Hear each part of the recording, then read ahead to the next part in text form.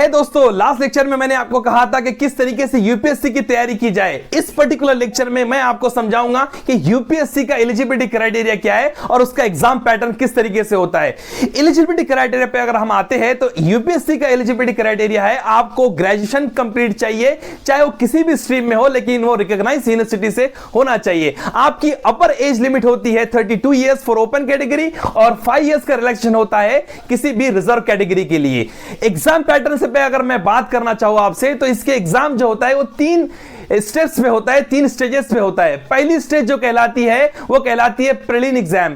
Prelim में 2 papers होते हैं, दोनों पेपर 200-200 मार्क्स के होते हैं। पहला कहलाता है जीएस 1 और दूसरा कहलाता है जीएस 2, मतलब general studies 1 and general studies 2। General studies 1 में हिस्ट्री, सिविक्स, ज्योग्राफी, इकोनॉमिक्स और करंट अफेयर्स इस तरीके के सब्जेक्ट में मुनस्सर क्वेश्चंस आते हैं। और जनरल स्टडीज 2 जो होता है उसमें इंग्लिश कॉम्प्रिहेंशन और आपका मेंटल एबिलिटी को टेस्ट करने के लिए इस तरीके के क्वेश्चंस आते हैं। जनरल स्टडीज 2 सिर्फ क्वालिफाइंग है, इसमें आपको सिर्फ और सिर्फ क्वालिफाइंग मार्क्स लेना है, यानी 200 में से 66 मार्क्स आपको लेने होते हैं। बाकी आपकी मेरिट जो बनती है प्री की वो आपकी जनरल स्टडीज 1 के पेपर पर ही बनती है, यानी 200 मार्क्स के ऊपर ही बनती है।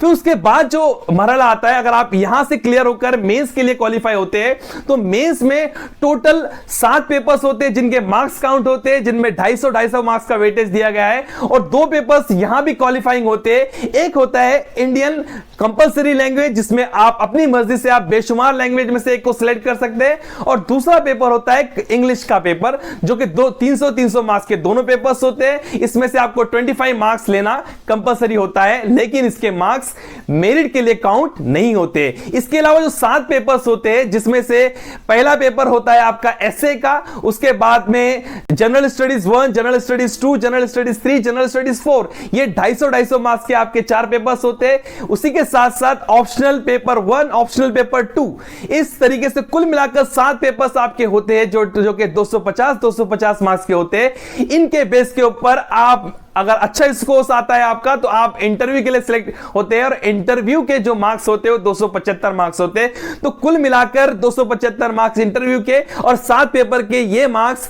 के बेस के ऊपर आपका फाइनल मेरिट बनता है, और उसके बेस पे आपको अलग अलग कैटेगरी के हिसाब से आपके मार्क्स के हिसाब से आईएएस, आईपीएस वगैरह की पोस्ट अलॉट की जाती है और रिकमेंड की जाती है।